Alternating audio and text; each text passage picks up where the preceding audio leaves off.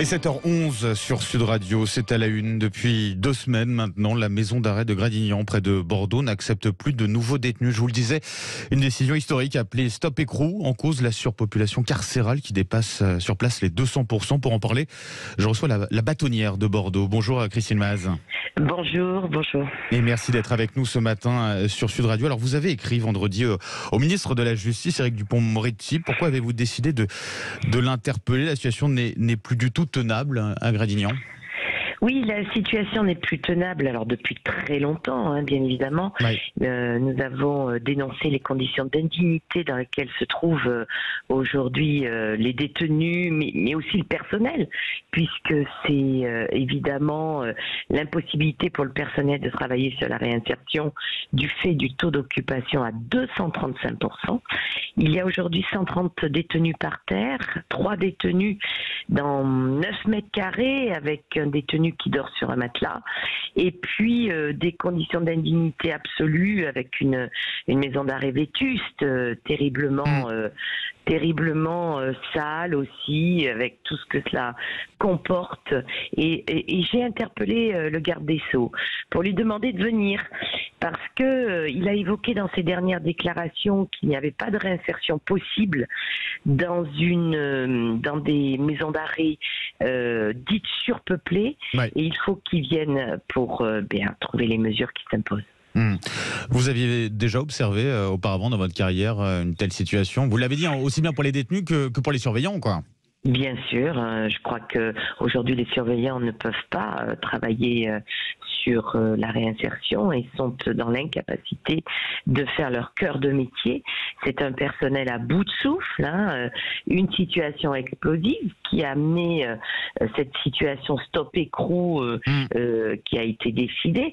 C'est une mesure choc, on va dire, puisqu'il y avait eu dans la maison d'arrêt de Villepinte sous la présidence de Hollande un Stop Écrou qui posait moins de difficultés d'ailleurs, parce que la maison d'arrêt de Villepinte, il y a d'autres maisons d'arrêt qui jouxtent cette maison d'arrêt-là. Mais nous, c'est vrai que ici en Aquitaine, c'est compliqué, parce que ça veut dire détenus qui s'éloignent évidemment de leur famille, mais évidemment de leurs conseils, puisque aujourd'hui, c'est la maison d'arrêt c'est le centre de détention de Mont-de-Marsan qui reçoit les détenus. On avait notamment un agent qui disait sous couvert d'anonymat, je disais dans la presse, qu'à un moment c'était soit on arrête d'accueillir de nouveaux détenus, soit il y avait un risque réel de mutinerie à terme, quoi. On en est arrivé là. Bien, le Stop Écrou a été décidé après 2 agressions de personnel dans la même semaine.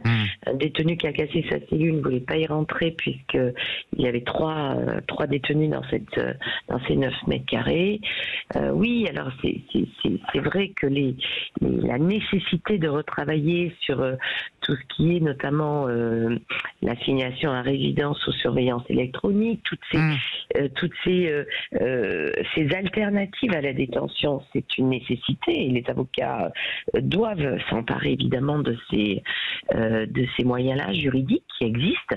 Ce qui est important de dire, mais ce qui est important de dire aussi, c'est que la détention provisoire est très usitée, mais je suis pas là pour dire qu'il faut pas de prison, je suis pas là pour dire ça. Je suis là pour dire qu'il faut des moyens pour travailler aujourd'hui dans des conditions décentes et des conditions qui sont moins indignes que celles dans lesquelles nous nous trouvons. Et c'est vrai que de dire on construit des maisons d'arrêt, d'abord la nouvelle maison d'arrêt. C'est le cas d'ailleurs, ça sera le cas bientôt à Gradignan. 2027. C'est à la fois proche et loin. On a encore le temps. Et c'est vrai que la situation dans laquelle on se trouve aujourd'hui, mais qui n'est pas neuve, qui n'est pas nouvelle, elle est très ancienne, elle est explosive. Donc j'en ai appelé au garde des Sceaux, à monsieur Éric Dupond-Moretti, qui connaît très bien la prison et qui doit venir, parce que c'est pas neutre ce qui se passe à Gradignan aujourd'hui. Est-ce qu'il vous a déjà répondu? Le courrier, vous l'avez envoyé vendredi, je crois. Vendredi, j'ai envoyé dossier.